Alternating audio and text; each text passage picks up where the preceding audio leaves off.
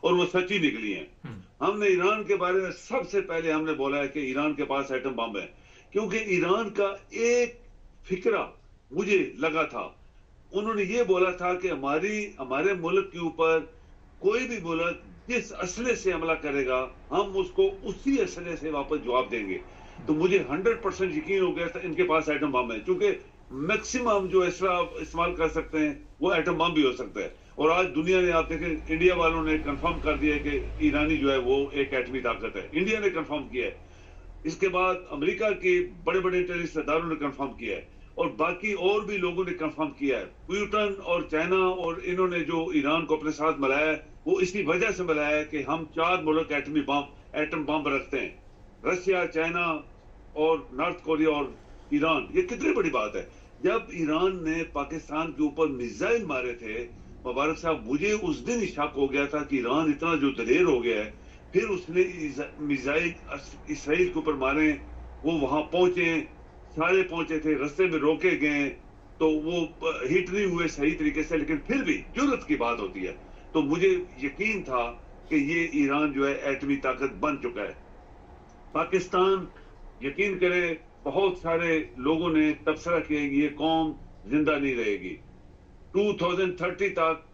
بہت سارے لوگوں کا میں نے تبصرہ پڑھا ہے اور سنا ہے کہ انہوں نے بولا کہ یہ پاکستان ختم ہو جائے گا، چونکہ اس کی جڑیں کاٹ دی گئی ہیں. ہمارے صاحب جڑیں آپ دیکھیں نا، جڑیں اس کی اکانومی ختم ہو گئی ہے، اس کے آئین کو مان کو نہیں رہا، اس کے ادارے مفلوج ہیں، کوئی فیصلہ نہیں کر سکتے.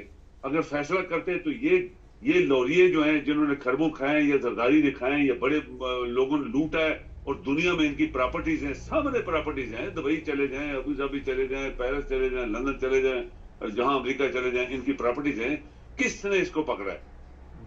سامنے ان کے پیسہ جا رہا تھا، اربوں ڈالر، ملین ڈالرز ایئرپورٹوں پہ پکڑے گئے.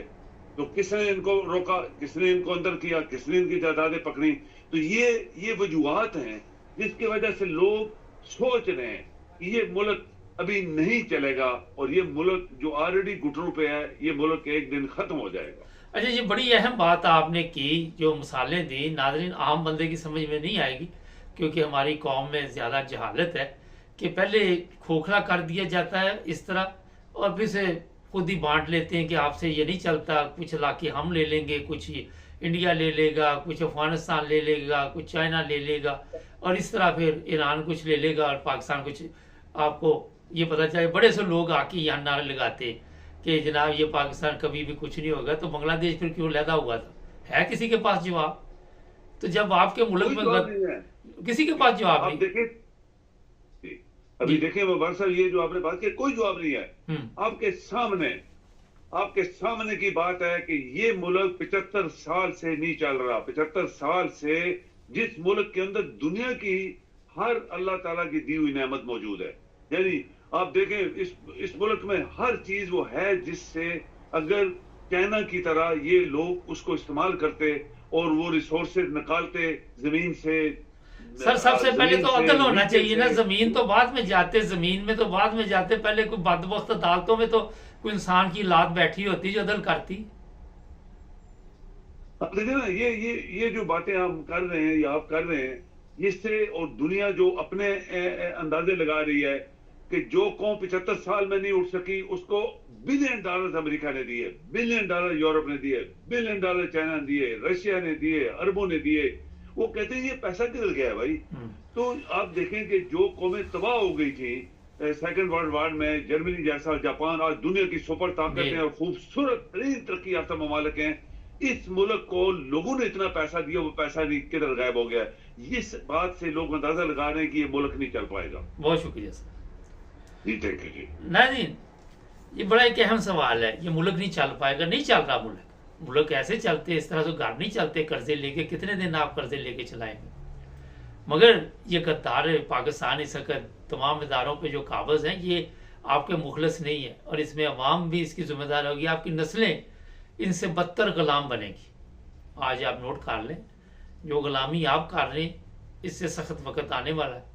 تو کیا ہوگا؟ پہلے بھی تو کئی ملک دنیا میں آئے چلے گئے، اتنا بڑا ٹینشن آپ کو لینے کی ضرورت نہیں. آپ لگے رہو منا بھائی، جس کام پہ لگے ہو، جڑے رہے ہمارے ساتھ.